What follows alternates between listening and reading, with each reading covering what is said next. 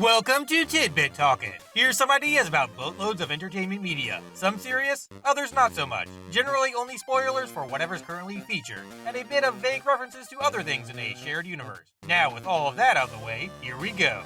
Being that this game released in 1993, their favorite TV show is obviously Frasier. Mikey devised this helicopter chuck technique in his head during that pizza line wait that happened to be long enough for everyone else to wind up getting kidnapped. Shredder must regularly carve out various underground fortresses such as this one while looking for new places to park the Technodrome. Leo's brain birthed block-busting Blade Bunk because he's trying to dig himself out of that cell before ending up totally seat-bound.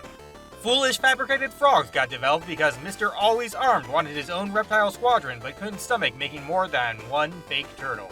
Grounder decided to utilize a jump-heavy combat strategy because he recently learned what irony is. The Bros are absolutely terrified of jumping off ladders this time around because this cave base isn't well laid enough for figuring out how one can reach a state where perfectly achieving landings that don't involve getting stuck on one's extremely round back are always assured.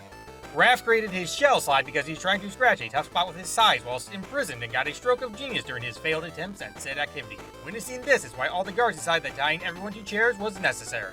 Donnie developed handheld hoopla for climbing walls after he shattered parts of his staff, smacking some foot skulls in. Pickaxe soldiers have such a hard time detecting the heroes because they were designed without audio sensors, so all that digging noise wouldn't overwhelm their processors and cause an unbelievably silly death. More destructible photon sphere firing turrets were installed near Shredder than regular laser ones because he didn't wish to dodge the ladder every time the daily base evaluation came about. That's not a typo. It's merely Splinter misspeaking due to many wood chunks and rope bits getting stuck in his teeth while making an attempt at gnaw base escape action. The final corridor is so short because Sinister Sir Saki can't stand traveling too far to get outside when nature starts calling. Dude never built a bathroom for this place because he couldn't figure out how plumbing would be safe and sanitary in a giant maze. Anyway, Shredder decided to train himself for using lots of flashy techniques that can illuminate locales, such as his new subterranean domain, so Dark Battlefish to perfection would get reached before a final assassination-filled sewer raid occurs in the future. Endings are a pain, but all of you are fantastic. See ya.